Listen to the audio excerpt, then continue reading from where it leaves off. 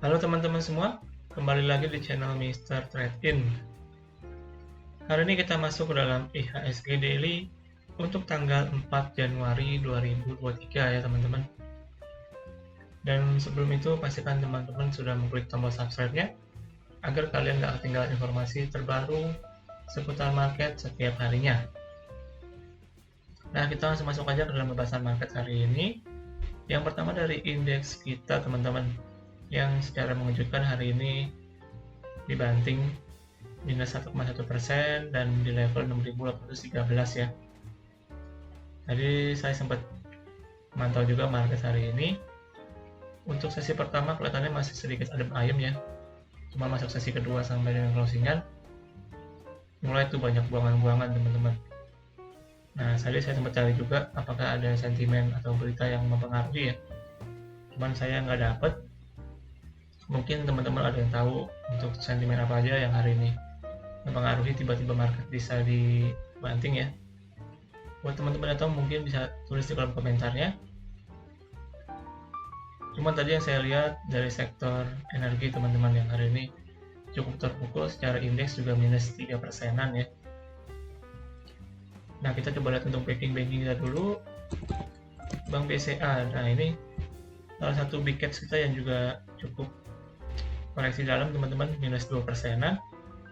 Tadi sewaktu di penutupan akhir itu kelihatan teman-teman banyak volumenya cukup tinggi, terlihat buangan. Jadi nggak heran kalau misalkan secara indeks juga makin dalam teman-teman. Lalu untuk Bank Mandiri, nah ini salah satu yang masih cukup kuat. Ini hari ini closingannya menguat 0,7%. Kemudian bank-bank lain, Bank BNI minus 1%, lalu Bank BRI juga minus 1,65% teman-teman. Itu sekilas dari indeks kita teman-teman ya. Kita lihat untuk kurs rupiah hari ini di angka 15.612, masih belum bergerak banyak ya teman-teman. Kemudian kita lihat langsung ke teknikal aja. Nah, di sini kita lihat untuk teknikal hari ini malah jadinya posisinya malah jadi breakdown bawah teman-teman. Ya, secara candle closingannya breakdown dari neckline dan juga breakdown dari trendline yang kemarin tergambar ini membentuk rising wedge ya teman-teman. Ini tipunya saya hapus dulu. Nah, kita lihat dari time frame 4 jam ya yang lebih kecil. Nah, di sini kelihatan nih. Hari ini secara closingan breakdown dari neckline dan juga trendline. Kalau kita lihat di sini, kalau misalkan besok dia nggak kembali ke atas neckline ya. Sorry. Misalkan untuk besok dia konsolidasi di bawah neckline, maka ada potensi untuk kembali melanjutkan penurunan teman-teman.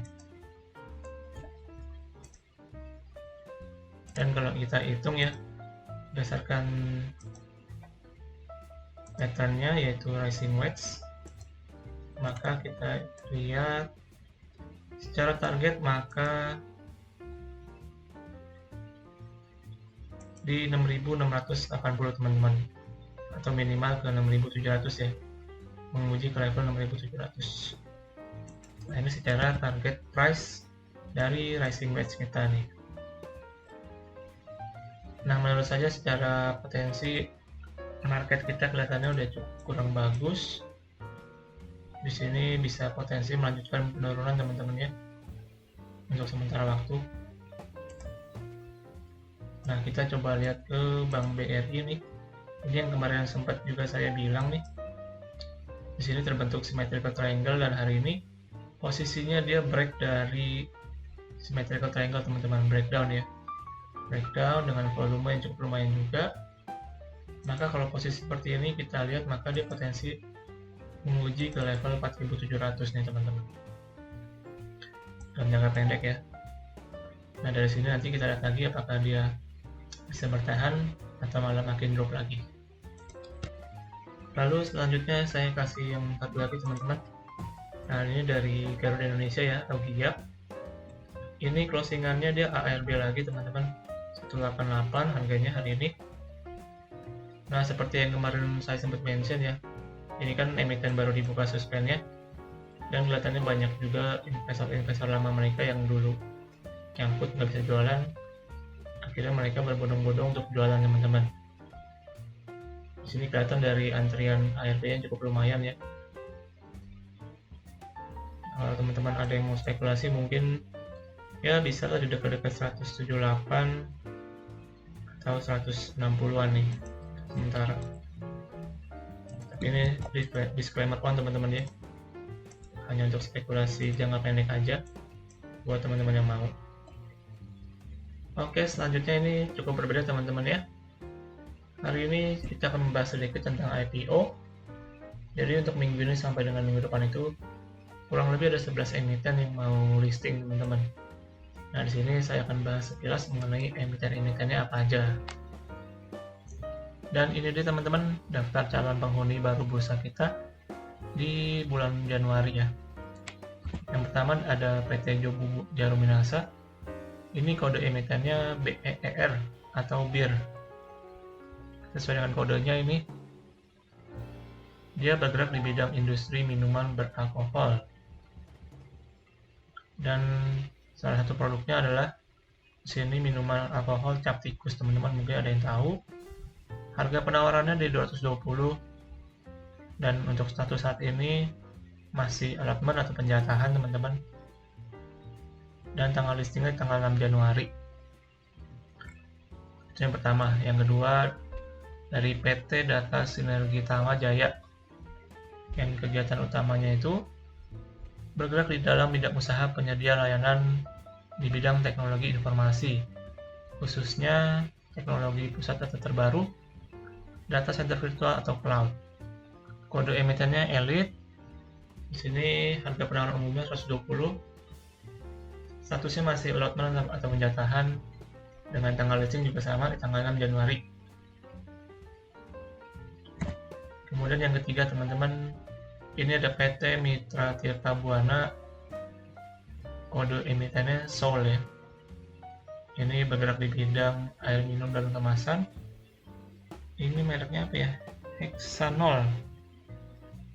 Harga penawaran umumnya 110, status allotment dan tanggal listingnya di 6 Januari juga.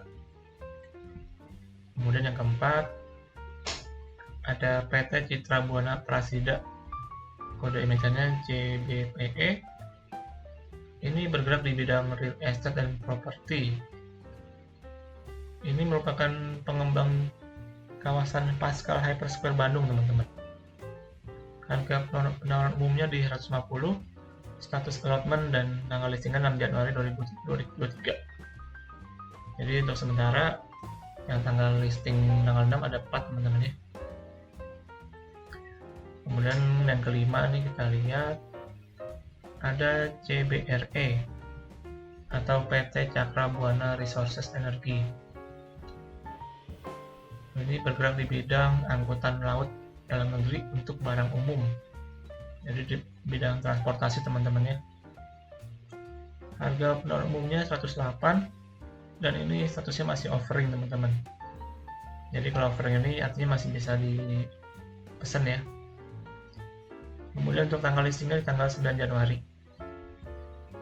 Selanjutnya ini PT Lavender Bina Cendikia atau kodenya BMBL.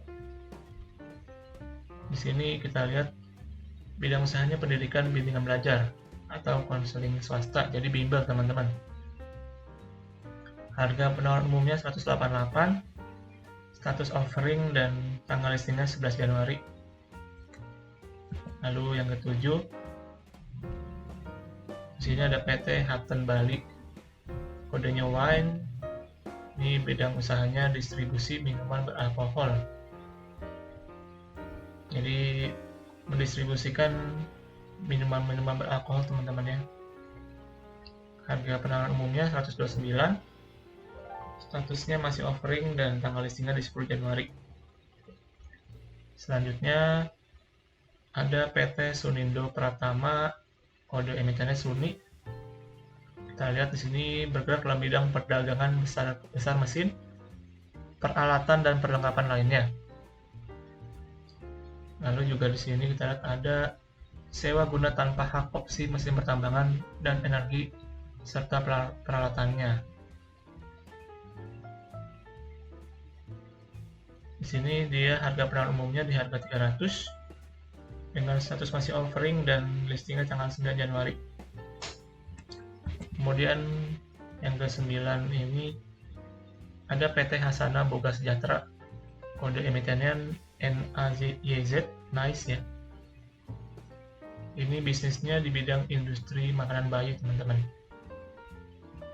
Harga penawaran umumnya di 100 sampai 120 karena statusnya masih book building, teman-teman. Jadi belum masuk masa offering ya. Jadi untuk tanggal di sini juga belum ada.